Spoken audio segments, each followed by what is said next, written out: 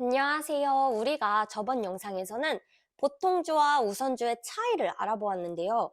몇몇 우선주는 주식수가 너무 적거나 거래량이 너무 적어서 상장 폐지의 위기에 몰린 우선주까지 있다고 하는데요. 투자자로서 주의가 필요한 만큼 최근 몇몇 우선주가 상장 폐지의 위기에 몰린 이유를 알아보고자 합니다. 지난해 2024년 7월부터 한화그룹은 적은 주식수와 적은 거래량으로 인해 주가 급등락부터 시세 조정 위험에 놓인 한화우에 투자한 투자자 보호 명목으로 이 우선주의 상장 폐지 작업을 진행하고 있다고 합니다. 이렇게 한화그룹이 한화우의 상장 폐지 작업에 돌입한 이유는 지난 2020년 강화된 우선주 퇴출 요건에 따라 상장 주식수 혹은 거래량이 일정 수준을 충족하지 못하면 상장 폐지가 되기 때문이라고 하는데요. 한국의 유가 증권시장 상장 규정에는 월 평균 거래량이 상장 최소 요건인 1만 주를 6개월에 걸쳐 충족하지 못하면 관리 종목으로 지정이 된다고 합니다. 2024년 7월 삼양홀딩스의 우선주인 삼양홀딩스우 그리고 일양약품의 우선주인 일양약품우도 이 요건을 충족하지 못해서 관리 종목으로 지정되었다고 하는데요. 하지만 우선주의 낮은 거래량은 이 기업들만 해당되는 것이 아니라고 합니다.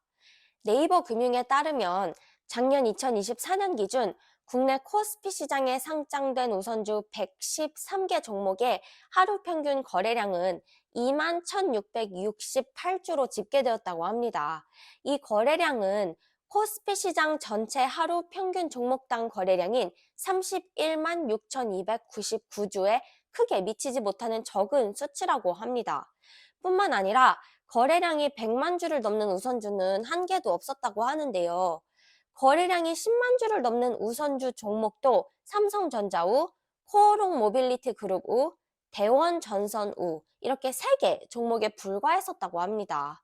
하루 거래량 1만 주를 넘기지 못한 종목은 93개에 달했으며 거래량이 가장 낮았던 우선주는 넥센우로 단 한 주만 거래되었었다고 합니다. 우선주는 특히 배당금에 있어서 매력이 큰 것으로 알려져 있는데요. 보통주와 우선주의 배당금 차이가 크지 않거나 같은 사례도 있다고 합니다. 주가 대비 배당금의 비율로 주주들의 배당 수익률을 나타내는 지표인 시가 배당률을 보면 삼성전자와 삼성전자우의 2024년 3분기 기준 시가 배당률 차이는 0.1%에 불과했고 한화와 한화우선주의 시가 배당률은 보통주가 2.9%, 우선주가 2.5%로 오히려 보통주가 더 높게 나타난 경우까지 있었다고 합니다.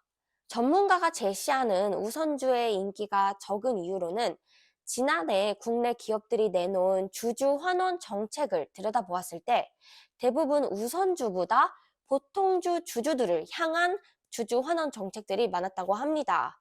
그리고 무엇보다 투자자들은 보통주에 대한 투자자들의 관심이 높아서 보통주의 주가가 높아졌을 때 대안으로 우선주를 많이 찾는다고 하는데요. 지난해 국내 주식시장이 아무래도 침체했다 보니 보통주에 대한 관심도 높지 않았고 따라서 우선주도 같이 외면받았던 게 아닌가 싶다는 분석을 내놓았다고 합니다. 오죽하면 2020년부터 2024년까지 새로 상장된 우선주는 8개였지만 상장 폐지된 우선주는 12개로 상장 폐지된 우선주가 새로 상장된 우선주보다 많았다고 합니다. 또한 상장 폐지 전까지 보유 주식을 모두 매각하지 않아서 투자자가 손해를 보게 되는 경우는 투자자 본인의 과실로 치부해버릴 수도 있다고 합니다. 우선주의 상장 폐지로 투자자가 피해를 입을 수도 있는 만큼 주의가 필요한 부분인 것이죠. 특히 월 평균 거래량이 1만 주 미만인 상황이 1년 연속 이어지면 혹은 상장 주식수가 1년 연속 20만 주 미만인 우선주의 경우 상장 폐지될 수 있는 만큼 투자자로서 우선주 투자를 고려할 때 거래량과 주식 수가 충분한지 꼭 세심히 알아보고 투자를 결정해야 할 것 같습니다. 오늘도 영상 봐주셔서 감사드리고 다음 영상에서 뵙도록 하겠습니다. 그럼 바이바이.